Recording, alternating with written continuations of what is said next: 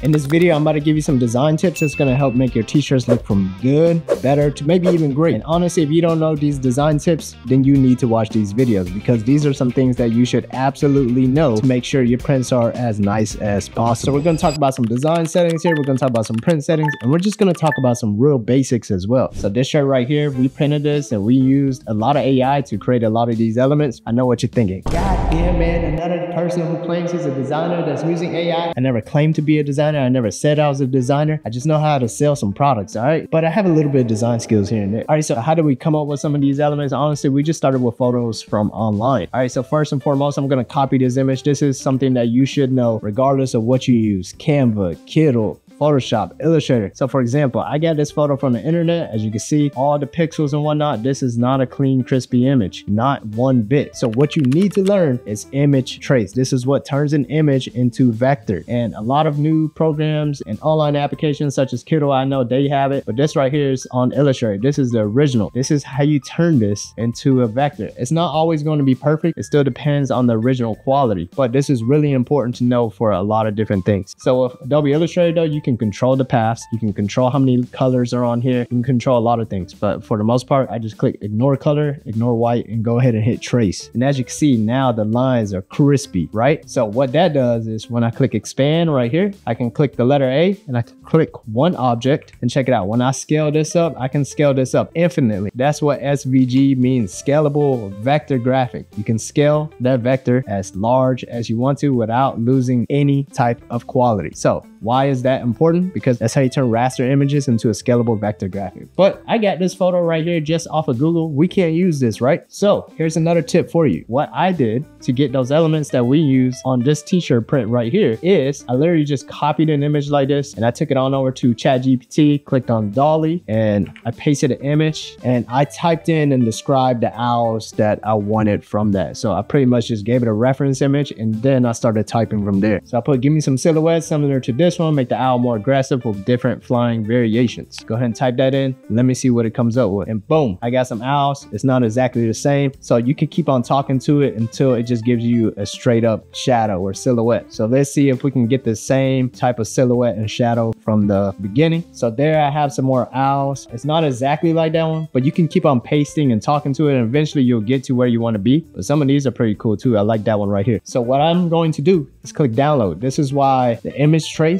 is really important, right? Because really, whenever I'm downloading from ChatGPT's Dolly, it's going to be a raster image. So check it out. As you can see on here, it's not crispy at all, right? So whenever you print this, you take this to print, it's not going to be crispy if you're going to print this on a t-shirt or something, as you can see. But check this out. So what we're going to do is click ignore color. We're going to want to click on the eyedropper because that's not absolutely white. I'm going to click on that right there so I can click ignore, and then I'm going to click trace and check it out. Now I have me some owls to play with that I can turn into an actual design. So as you can see, this is just one full object. What I'm going to do is click expand. And now I'm just going to click on the one that I actually want, just like that. Boom, check that out. Get that nice little owl right there. But now you got multiple owls to play with. I even like this one right here. That's pretty dope right there. So I can click on this one. I can drag him on over here. Now he's by himself. I can use that to create something. I can use this to create something. Man, with AI, man, my designs have been looking a whole lot better because I can't draw. And now I have something that helps me create additional elements depending on what kind of brand or whatever design I'm trying to create. All right, so that's tip number one, learning how to vectorize something using image trace. And I kind of gave you guys a little bit of bonus on top of that, how to create some actual additional elements. Now here's tip number two that you should know. Although this is a new file right here, this is just one file. A lot of times people are just creating one design right here on this one artboard. And it doesn't matter. Once again, if you use a Canva, Kindle, all of these programs have this feature now. You can create multiple artboards in one file. A lot of people just used to create their one t-shirt design. Oh, I'm just going to create the front t-shirt design right here. I'm going to save this is my front file. But what you can do is create additional artboards so you can work on the front, the sleeve, and the back print all on one file. So what you can do is click window, artboards, boom, click new right here. And as you can see, now I have two different artboards. Now I got two different files. And even when you export, you can export one as the front. You can export the other one as the back. So you can actually work on your front design right here, right? And then you can work on your back design right here. So now when you export it for your printer, whoever it may be, you got 2 different files going on just one little file. So here I am on Kindle. Once again, same thing going on. Artboard 1, Artboard 2. You can use this, whatever design software you're using, a lot of them have this. All right, so go ahead and check that out. That's super helpful because then you got your whole visualization, everything just on one page. All right, tip number 3, this one's going to be, so back in the day, this used to be a really good tip, but now some people have been using this and they've been doing a really good job at making it, you know, trendy, I guess, but it's kind of crazy. So check this out. I'm just going to type in the word bird.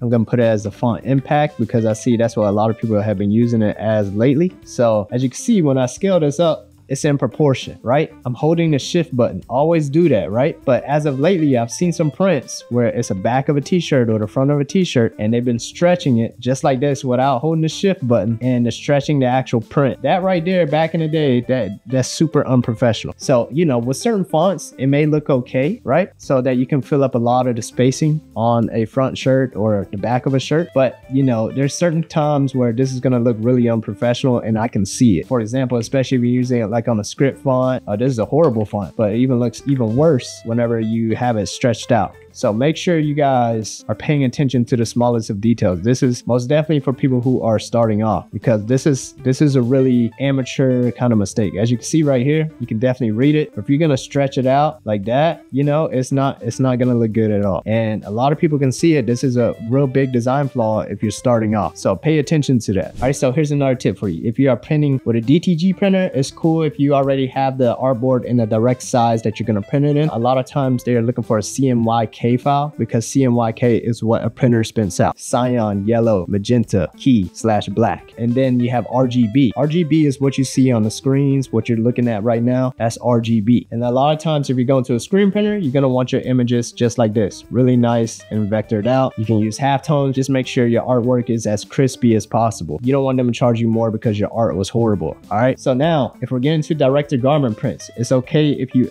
do it in Photoshop, right? But you want your artboard already in exact size that the print is going to be. Most of the time, it's going to be 16 by 20. That's what most DTG printers print at. And that's usually 16 inches, 20 inches tall. And when it comes to DTG prints, they're printing it literally like a printer. It comes out of the machine just printing straight up like a printer. So you have to make sure your art is as crispy and as clear as possible. Sometimes it does not have to be extremely high def for it to look pretty good, right? So what we can do, as you can see, we're resizing this right here. And this is decent enough, but it's going to look like that. It's not an extremely crispy image, but if you're new to Photoshop, you know, you can make a mistake of resizing down or rescaling it back up, the same image back down and back up. That's what that's gonna do. You're gonna mess up the quality of your image. You can't really tell, but this image is actually lower quality than the original one. All right, so that's something that you need to know because you're messing with the pixels. You're shrinking the pixels, you're expanding the pixels, you're shrinking the pixels, and you're expanding the pixels once again. So if you're printing a direct-to-garment, make sure you have a high quality image. And here's a whole nother thing as well. If you're printing on black, get rid of the blacks. They're gonna see the black. It's gonna be a whole different black on top of black. If you're printing on a black shirt, make sure you get rid of the actual blacks. All right, so how do you remove a single color? There's multiple ways to do it. This is the easy way. If you hit your magic wand and if you leave it and if you turn contiguous off, it's gonna select everything of that color, right? So pretty much I'm deleting everything that's black and it's not gonna look right here, but when it prints out, it's gonna print out on a black shirt. So it's gonna look completely fine. So we'll pull up a mock-up in a second, but here's another way to do it. This one's a little bit more proper. So what I'm gonna do is click select up here, and then I'm gonna click on color range, and then you can use the eyedropper to click on the actual color. So it's gonna select on black. Now you can even change the fuzziness and whatnot. That way, whenever it cuts out, it's not completely crisp and it still leaves a little bit of fuzz to it.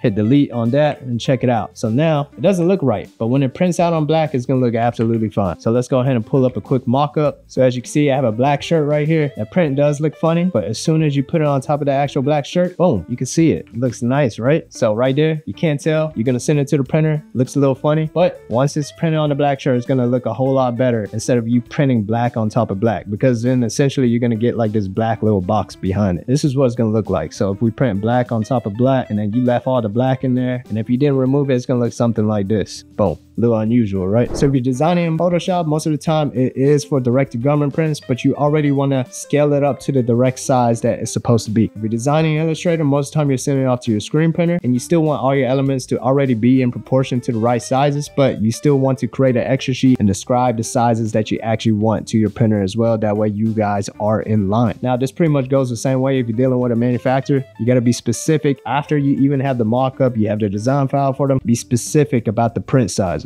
So these are some real basic tips that you should know to make your prints really nice and crispy. And I hope you enjoyed that ChatGPT one, because that one's been a game changer for me. Think about it. You can use it to create whatever elements you need for your brand whenever you don't even know how to draw. All right, if this video helped you out, go ahead and comment, go ahead and hit the subscribe, hit the like, and I'll see you on the next one.